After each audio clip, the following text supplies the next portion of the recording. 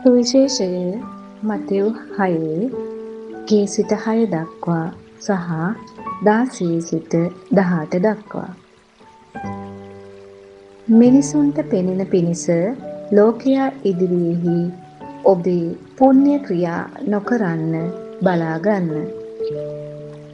එසේ කළහොත් ස්වර්ගයෙහි වැඩවසන ඔබේ පියාණන් වහන්සේගෙන් කිසි විපාකයක් ඔබට නොලැබෙන්නේය.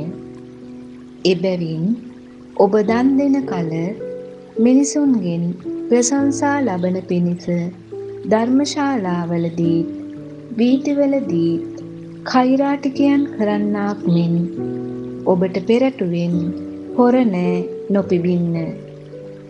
සැබවින්ම මම ඔබට කියමි.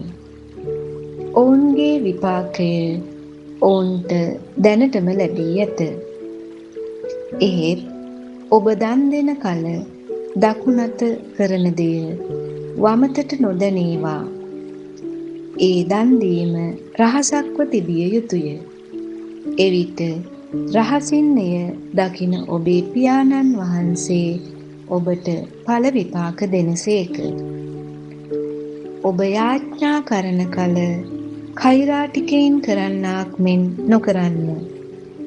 මිනිසුන්ට පෙනෙන පිණිස ඔව්හු ධර්මශාලාවලත් මන්සන්දිවලත් සිටගෙන යාඥා කිරීමට ප්‍රිය වෙති. සැබවින්ම මම ඔබට කියමි. ඔවුන්ගේ විපාකය දැනටම ඔවුන්ට ලැබී ඇත.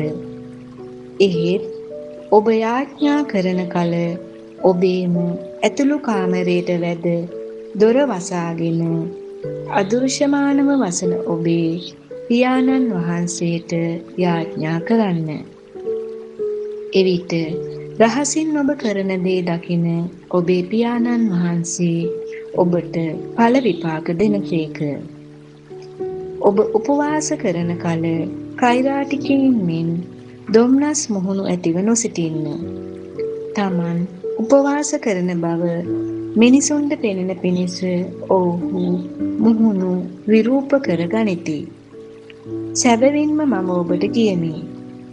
ඔවුන්ගේ ඵල විපාක දැනටම ඔවුන්ට ලැබී ඇත.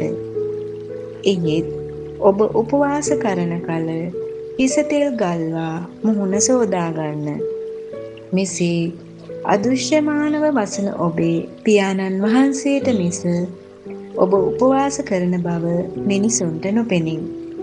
එවිට රහසින් කරන දේ දකින ඔබේ පියාණන් වහන්සේ ඔබට ඵල විපාක දෙනසේක.